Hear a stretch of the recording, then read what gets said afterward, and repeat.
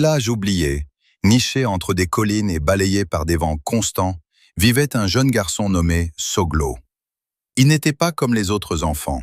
Tandis que ses camarades jouaient et riaient, lui préférait s'asseoir seul, les yeux fermés, à écouter le vent. Pour les autres, ce n'était qu'un simple souffle invisible.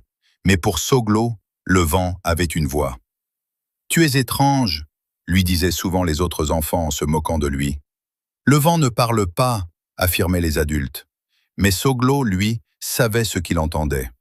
Parfois, le vent murmurait doucement. D'autres fois, il semblait inquiet, presque pressé. Soglo ne comprenait pas toujours ces messages, mais il sentait qu'ils étaient importants. Un soir, alors que le soleil disparaissait lentement derrière les collines, le vent se mit à souffler plus fort que d'habitude. Soglo se figea. Il ferma les yeux, concentré. Puis il entendit clairement « Danger! Feu! Approche !» Son cœur se mit à battre violemment.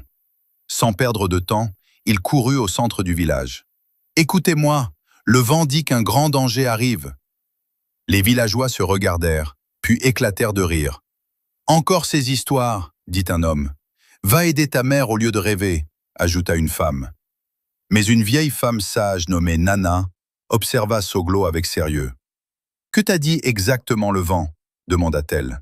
« Il parle de feu, un feu qui arrive. » Nana resta silencieuse, pensive. Mais les autres ne voulurent rien entendre. Cette nuit-là, le vent ne cessa de murmurer. Et à l'aube, une épaisse fumée apparut au loin. La forêt brûlait.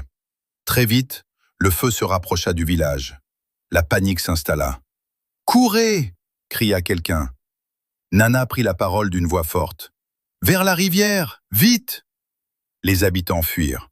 Grâce à cette décision, le village fut sauvé, même si plusieurs maisons furent détruites. Cette fois, personne ne riait. Tous regardaient Soglo différemment. Il avait raison. Nana s'approcha de lui.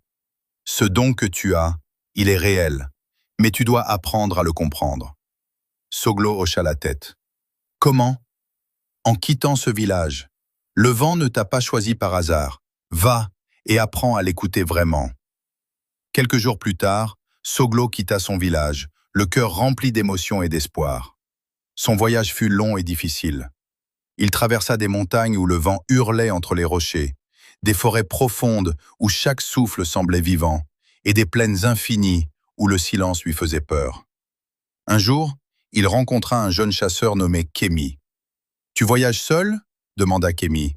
« Oui, j'apprends à écouter le vent », répondit Soglo. Kémi rit légèrement. « Alors ton voyage doit être intéressant. Je viens avec toi. » Ensemble, ils continuèrent.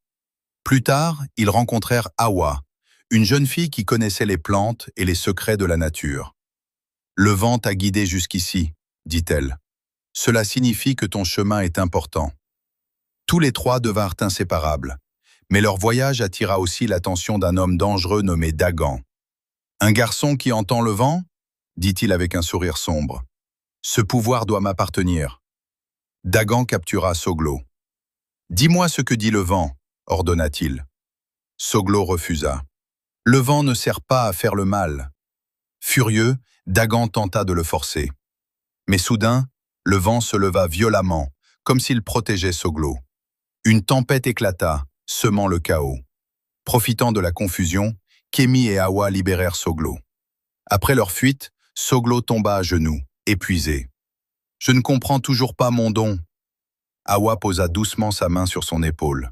« Tu essaies de contrôler le vent, mais tu dois lui faire confiance. » Cette nuit-là, Soglo s'éloigna et s'assit seul.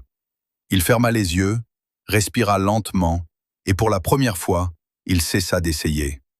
Il écouta simplement.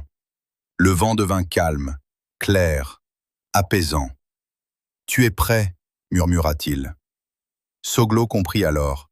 Son don n'était pas de commander, mais d'écouter et de protéger. Des mois plus tard, il retourna dans son village.